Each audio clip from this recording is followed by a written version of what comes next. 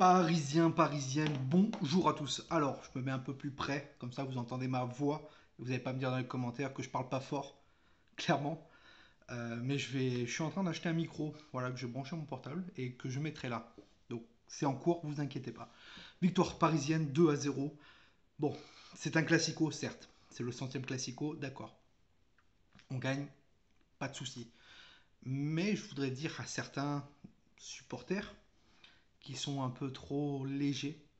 On gagne ce soir contre l'Olympique de Marseille, c'est très très bien. Mais avec ce qu'on a montré ce soir,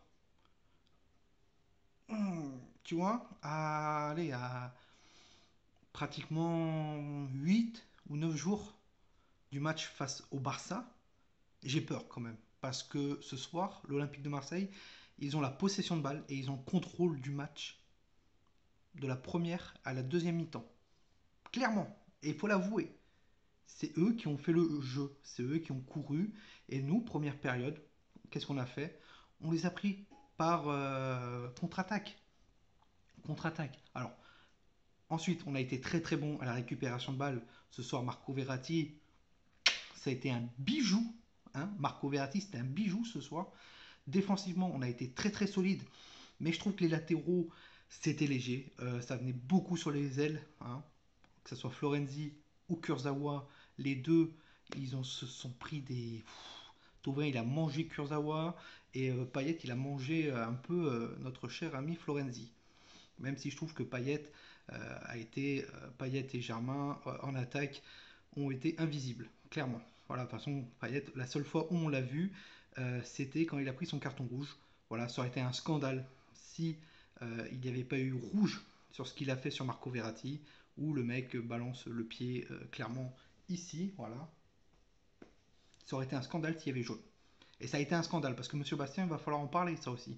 Les deux pénaltys non sifflés pour le Paris Saint-Germain, que ce soit sur une faute d'Alvaro, où clairement la cheville part de Neymar, est accrochée, et derrière, notre cher ami Icardi aussi est emporté. Voilà.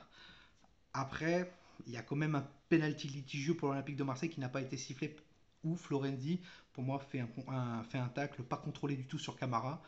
Et pour moi, même si dans le bus, c'était chicha à volonté, les gars, il y a trois fautes dans la surface, pas sifflées. Donc deux pour le Paris Saint-Germain. Bref, voilà pour ça. Donc, récupération de balle, on a été énorme. Paredes aussi, il a été très très bon aux distributions de balles aussi. Marco Verratti à la récupération, super. Euh, j'ai eu du mal aussi, Di Maria qui se blesse à la 10e minute de jeu. Cette passe décisive qu'il fait pour Mbappé, ensuite qui prend son accélération, qui met dans le vent Camara, je crois, ou Sakai. Non, c'est Sakai, je crois, je sais plus. Et derrière, donc tu as 1-0. Voilà, ouverture du score à la 10e minute de jeu de notre cher ami Kylian Mbappé, qui se réveille, tu vois. Hein, on l'attendait dans les moments où on a besoin de lui. Ah bah, face à Marseille, il est là, tu vois. J'aurais aimé et j'aimerais surtout qu'il soit présent pour le match face à Barcelone, mais ça on en reparlera. Hein. Et ensuite, bon, ça défile.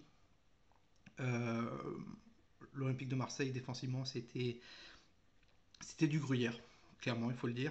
Même si offensivement, ils ont contrôlé le match. Ils ont contrôlé le match. Défensivement, on a tenu à la charnière défensive. Kipembe et Marquinhos ont fait un excellent travail. Et là que je le dis, Kipembe et Marquinhos ils ont fait un excellent travail, que ce soit défensif. Les, les latéraux, pas le cas. Voilà. Sarabia, il est rentré, on l'a pas vu.